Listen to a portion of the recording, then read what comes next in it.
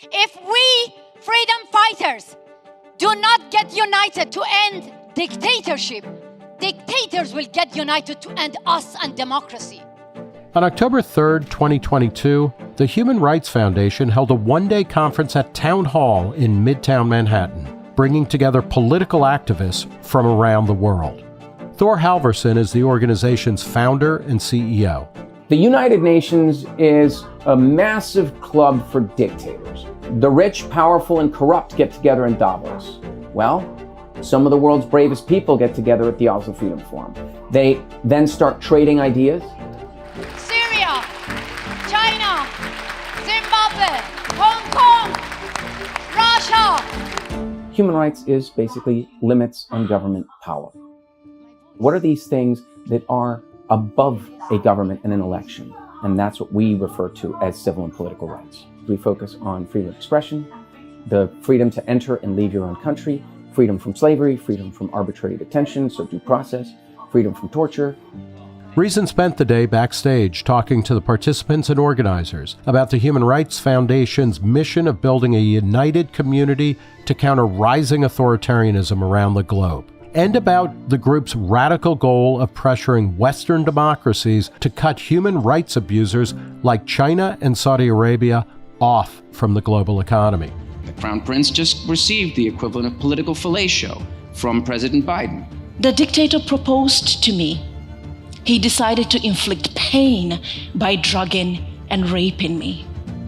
There were no wonkish policy panels or PowerPoint slides cluttered with data and footnotes. There are many issues which had no state borders. Human pain is one of them. The conference featured a series of TED Talk-style speeches, delivered without notes and designed to forge an emotional connection between the audience and the presenters. Right now, Hong Kong has more than 1,100 political prisoners, more than 10,000 political arrests, and many more fleeing and leaving out of the city. Anna Kwok worked as an anonymous online organizer during Hong Kong's pro-democracy protests of 2019, which took place as China was seizing power over the once free city. To talk about Hong Kong is definitely a very difficult topic, because I was thinking that I would go back and be a Hong Konger. Not being able to see the people you love, or even not being able to see the kind of, Hong Kong scenery that you're used to your entire life is haunting. But you just have to live on, and you have to figure out a way to stay hopeful. Why does the CCP have so much power over us? Mostly because the international society has allowed them to gain and rise to this status. In the case of Hong Kong, the world should have unplugged China. Unplugged China, the CCP would fall. But they won't, because there's so many people in the elites of these countries who are in business with China. And we would be able to unplug China. Yes, I think we would absolutely be able to unplug China. It would cost us something. Unplugging Cuba from the American economy hasn't worked. That's not true. That's not true. In the case of Cuba, it was never real. If we had actually unplugged Cuba economically, yeah, they would fall. Democracies are really bad at making this case to both people inside those countries and to people outside it. For 8 years, they haven't heard us.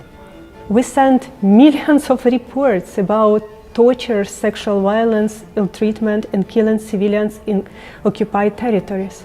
And it was read only by bureaucrats of UN or OECD or Council of Europe. Alexandra Matvechuk is a Ukrainian human rights activist and lawyer based in Kyiv. Human Rights Foundation provides a platform to be heard. This is not the war of the two states. This is a war of two systems, authoritarianism and democracy. But if the global fight for individual freedom supersedes national boundaries, does that justify the United States providing material and even military support to help with conflicts that don't directly threaten its own citizens? The speakers voiced different opinions. Maybe it's very weird to hear from the human rights lawyer, but I will tell, we are very grateful, United States of America, for all support, especially for weapons. The isolationist conversation, let's not mingle with what's happening beyond our borders. Well, I think that's impossible for the US to do now. Leopoldo Lopez is a Venezuelan human rights activist who spent 5 years in prison after organizing massive protests against the government in 2014.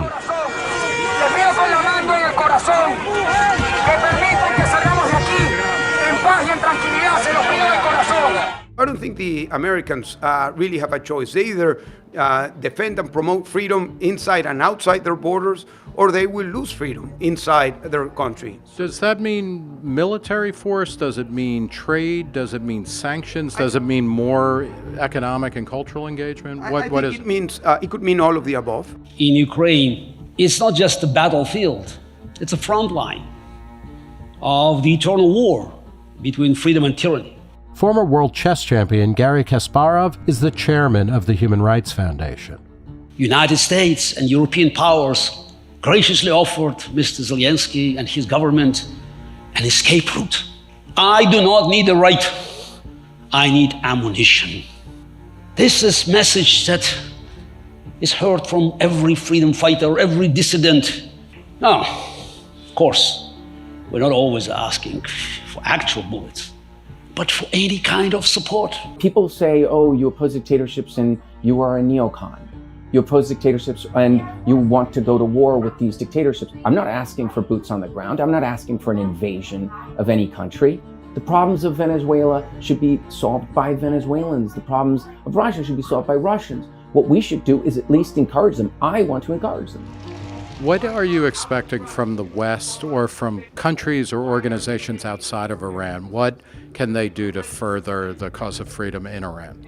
To be honest, now we don't expect the Western government to come and help us. We're trying to actually stop the Western countries to legitimizing our dictators. A top Iranian actor has posted an image of herself on Instagram without a headscarf. This to stand in solidarity with the ongoing anti-hijab protests against the government. Compulsory hijab is like the Berlin Wall. If men and women get successful to tear this wall down, then the religious dictatorship won't exist. This cause began to gain international attention in the fall of 2022 after a woman named Mahsa Amini was brutally murdered for not wearing her hijab properly. Iranian women responded by bravely taking to the streets in nationwide protests, baring their uncovered heads in open defiance of the Islamic government. For 40 years, all the Western female politicians, they went to my country. They obeyed Taliban and Islamic Republic. They covered their hair. They legitimized my murderer. I named them Federico Mogherini, Catherine Ashton, Ségolène Royal. Shame on you.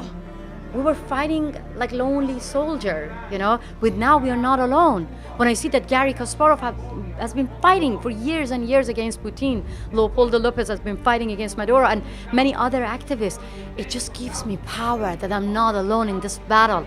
We're fighting together, and together we are stronger. But it's an uphill battle convincing the leaders of Western democracy to take a harder line against autocrats. The Human Rights Foundation produced a documentary called The Dissident, which argues that the Saudi crown prince, Mohammed bin Salman, is responsible for the brutal murder of journalist Jamal Khashoggi, an allegation the prince denies. In July, President Biden met with Saudi leaders, and his administration issued a recent court filing arguing that bin Salman should be granted sovereign immunity in a civil case pertaining to Khashoggi's murder. And in Venezuela, Nicolas Maduro recently shared a handshake with former Secretary of State and current U.S. Special Presidential Envoy for Climate John Kerry, and was warmly greeted by French President Emmanuel Macron, despite leading a government accused of narco-trafficking, murder, torture, sexual violence, and crimes against humanity.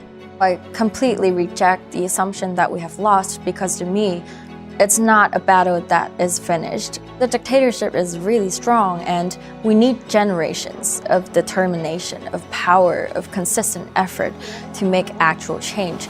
The young generation, they say that we have nothing to lose. The brutal death of Mahsa Amini is becoming a turning point for Iranian women, but at the same time, it is a tipping point for the Islamic Republic. What always occurs, it occurred in Romania, it occurred in the Czech Republic. What always occurs is there comes a point When the men holding guns at the people decide, I'm not going to do this anymore.